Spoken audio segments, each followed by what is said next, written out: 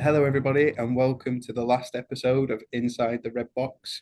We finally now know what's inside the red box and can end months of speculation. I'm joined today by Kerry Holmes. Hi, Dan. Nice to be here. So I suppose let's get straight into it. Do you want to give us a sort of brief? Everyone's probably a little bit sick and tired of seeing all the summaries, for the purpose of our conversation, do you want to give us some headlines as to what we saw yesterday? Yeah, I mean, the lead up to the budget, if you've watched the series, you'll know there was a ton of speculation, ton of rumour, a lot of them centred around major reforms to inheritance tax and pension tax-free cash being removed, as it always do. Actually, the budget yesterday was in some ways quite welcome. There are certainly some changes and certainly some things that people need to think about. Changes to income tax on dividends, rental, savings interest, changes to ISAs, and changes coming up in the next few years in the way that potentially your pension contributions go in through work, and lots of other bits and pieces that it's probably best chatted through between us, really. Absolutely. I mean, I don't think we can start anywhere else other than around the new cap on salary sacrifice arrangements. So the cap will be applied to national insurance, and I think actually I was as I was listening to Rachel, and obviously we were very fortunate to get the OBR report. So I was reading it as I was listening to her, and it wasn't particularly clear whether the cap was going to be purely just for employees, but it is. It's going to be both. So I think it's really important that you get to grips with this because I don't personally, but I know you have, and we've got a full team of people that work with companies and help them on structuring pensions and getting reliefs and so on and so forth. And there's probably been a big direction of travel towards salary sacrifice recently, haven't there? And I mean, this is your area, so I'll let you talk on this. Yeah, I mean, we have employee benefits here at Brooks Financial. So I would say, although I am knowledgeable in this area, that's definitely who I'd say you need to speak to. Yeah. I think it's worth just explaining what salary sacrifice or salary exchange, some people call it, is. I mean, in simple terms, it's where a member of staff, say me or you, gives up part of my gross pay in exchange for a pension contribution. Now, the beauty of that in the current arrangement is that it saves national insurance and income tax liabilities for both me as the employee and also for the company. As you say, we have got reforms coming through. I am very happy that it's not coming through till April 2029, and that gives people time to plan, look at their payrolls, perhaps restructure their benefits. Um, for earners sort of 40,000 or below, roughly, if you're paying the standard automatic enrolments, you probably won't see much of a change to your net pay. Mm. Those over, you'll start sort of losing out on that national insurance savings. So forward planning is definitely essential here. Yeah, absolutely. And I think one thing that will be the two will marry in quite closely is the freezing of the allowances till 2030 or 31 and get just frozen forever. It's just going to be frozen forever. And I think but salary sacrifice is a really powerful way of getting you below certain bands, whether that's from higher to basic or avoiding the £100,000 tax trap. So losing a little bit more of the tax relief out on that is a bit of a double whammy. So I think it's important that people understand the fact that the allowances are frozen and that more people will be caught in the various tax changes and rules, and just understanding how best they can utilize some things like salary sacrifice to reduce their actual net adjusted income. Yeah, and as I say, it's not coming in until April 2029. So there is time to plan and there is time to make hay while the sun shines. And as I say, it's welcome that employers have got that lead in time to really think about, looking at their entire benefit structure and working out how to make it work for them, for the staff. A lot of the reason employers have this is for attracting staff, for retaining staff. And I can see why she's doing it from a tax take point of view, but I do think it's disappointing because you've got that focus on save for your retirement, and pensions are massively efficient in that respect. So it is a shame to see that kind of squished a bit. There's no reason you still can't make personal contributions though, so you still get 20, 40 or 45% relief. So you mentioned those freezes, you can still kind of drag yourself down a bit, or it's just not as efficient as it was. No, I would agree. I think another sector that will probably be seeing a little bit of relief is the property sector. Really, there was many different forms of tax that was muted. I had lots of clients that were thinking of moving but haven't, and we're waiting for the budget. Lots of transactions that were just purely on hold or we're rushing to get done before the budget.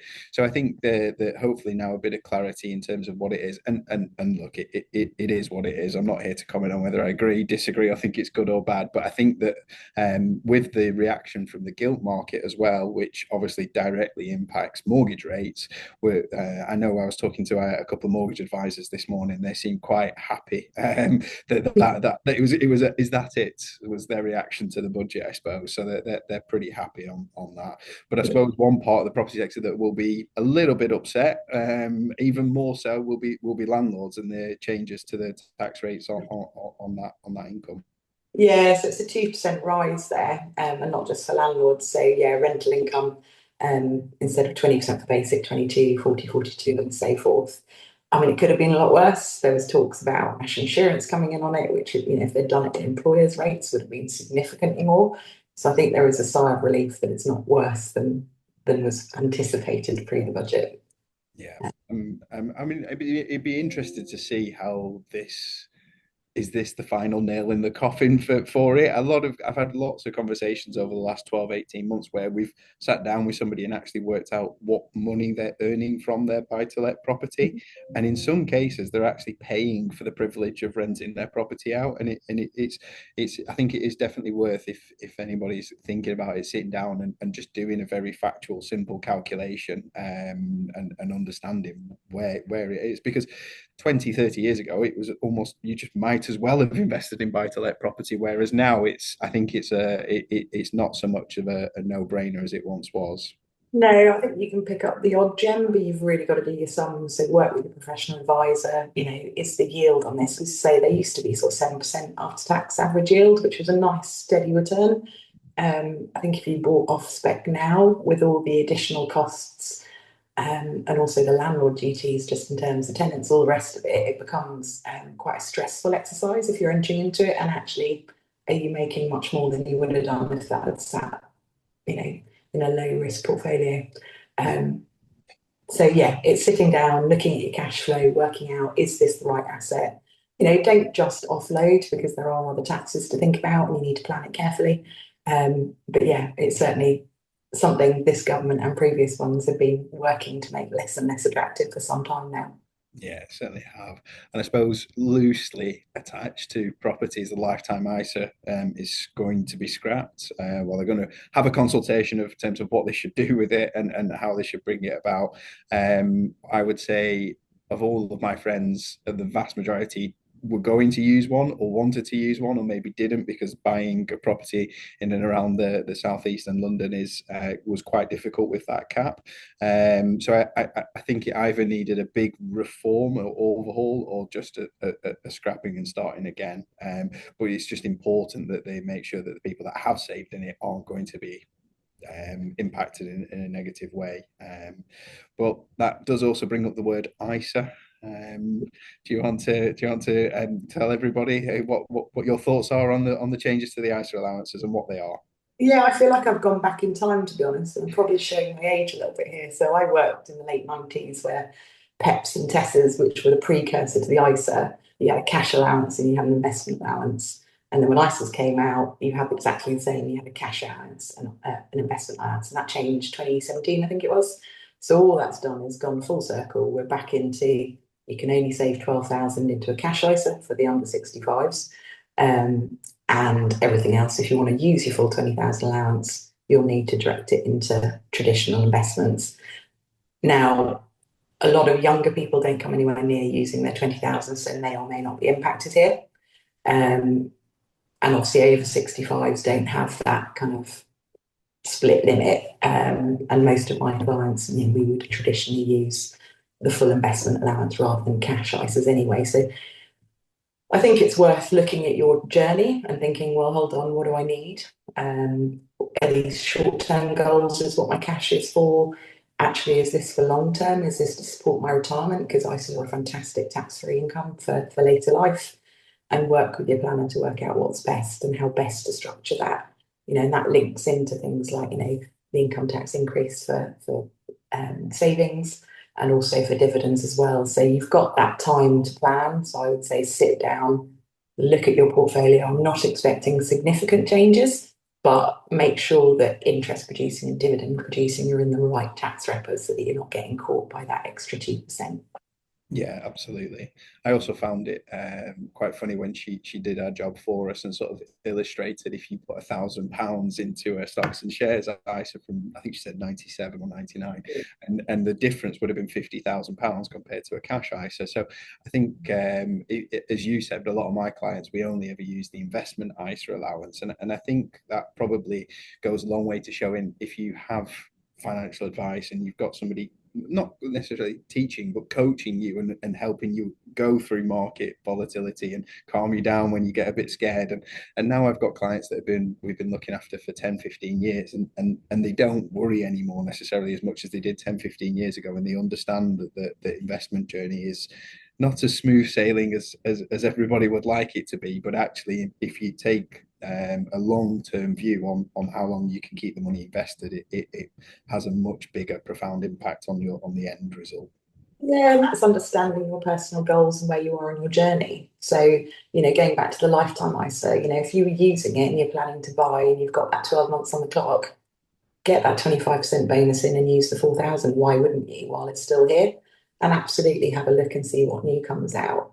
For those that are planning sort of 10 plus years ahead and are using ISAs to supplement things like retirement or to build up sort of the nest egg outside your emergency fund, as long as you've got that capacity and a risk appetite, they're fantastic. And it's understanding your journey really, for me, and working with your professionals to get the right advice. Yeah, I couldn't agree more. And I mean, just on that advice point, we were sat here just over 12 months ago because the budget was a bit earlier last year, and we were talking about all the changes last year, and there were a lot more impactful changes. But I just wanted to ask you a fairly straightforward question because after yesterday's budget, I've now got lots of people that are ready to make changes and enact plans that we put together after that budget, ready for April 26 changes. So I don't know if you've got any sort of thoughts on that or similar sort of stories. Yeah, I mean, I think one of the things that came out yesterday, although it wasn't an all singing, all dancing thing, I'm just going to touch on inheritance tax here. So one of the big things that came out of last year was the changes to agricultural property relief, which obviously was not welcome, nor was the business property relief. And lastly, inheritance tax on pensions. Now, there were some announcements yesterday, which I welcome. So the transferable now between spouses, which previously had been an absolute no-no. And likewise, they're looking at how pensions can help support that IHT bill as well. Again, we wait for the legislation.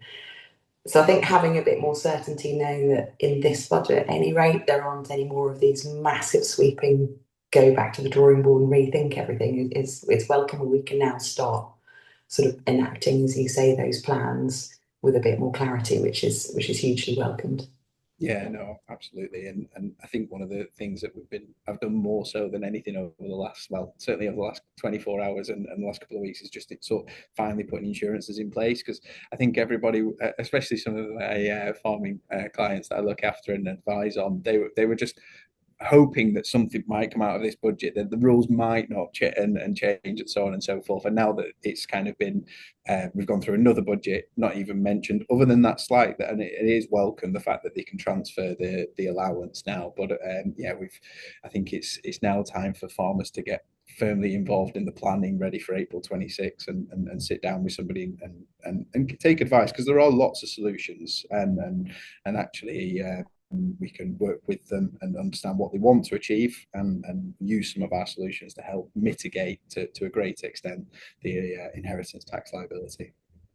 Yeah, absolutely. One thing very close to my heart is VCTs. I love them, and as I was sat having my coffee and sandwich, listening to Rachel, and obviously I was going through the measures because they were released early. I noticed about VCTs, and it just said that the relief was going to be reduced. So just to give everybody a bit of a background on them. So it stands for Venture Capital Trust. It's investment in small UK companies. But because you are supporting UK companies, you get a 30% income tax relief on the way in. There are a few other tax benefits, but it'll take me too long to explain it, so I'm going to carry on. But that 30% is being reduced to 20%, and I'm very intrigued. I think we're going to see a big rush this year for everyone to get the last of the 30%, and I'd be intrigued to see how much fundraising VCT providers do next year with probably they suspect less demand at 20%. Yeah, it's going to be interesting. So, I mean, tax should never sort of wag your tail when it comes to planning, and VCTs are only suitable at high risk. They are only suitable for sort of certain part of the population. So the cut is unwelcome, but what was interesting, they also expanded the scope of what VCTs can invest into larger sort of opportunities, which kind of goes back on what you've just said. So I'll be interested to see how it affects that landscaping. And I think it's worth kind of, if you're looking at something like that, absolutely take advice. It's not something you should enter into without having all your facts and figures. But I'm wondering whether or not it will affect fundraising and impact those smaller companies. It struck me as a bit of a strain. You can't say we're a government for growth and then a policy that has proven many times over to support UK growth. But anyway, we are where we are with that. I think that's pretty much most things covered that we were looking to talk through today. Kerry, any sort of final thoughts before we wrap up? I think remember you've got time. There's no knee-jerk reactions needed here. You know, the measures that have been announced have all been given with a kind of a lead in, some of them quite lengthy to 2029, some coming in April of 26. Wait for the detail because this is all quite high level news, particularly around things like ISAs, and some of the detail around that hasn't quite been released. And take some advice. If you're not sure, speak to your professional advisor, ask them what impact this has. You know, we're always here to help. Yes, absolutely. Well, I'd like to thank everyone that has watched and listened to every single episode of Inside the Red Box. I've thoroughly enjoyed being a part of it. Thank you very much.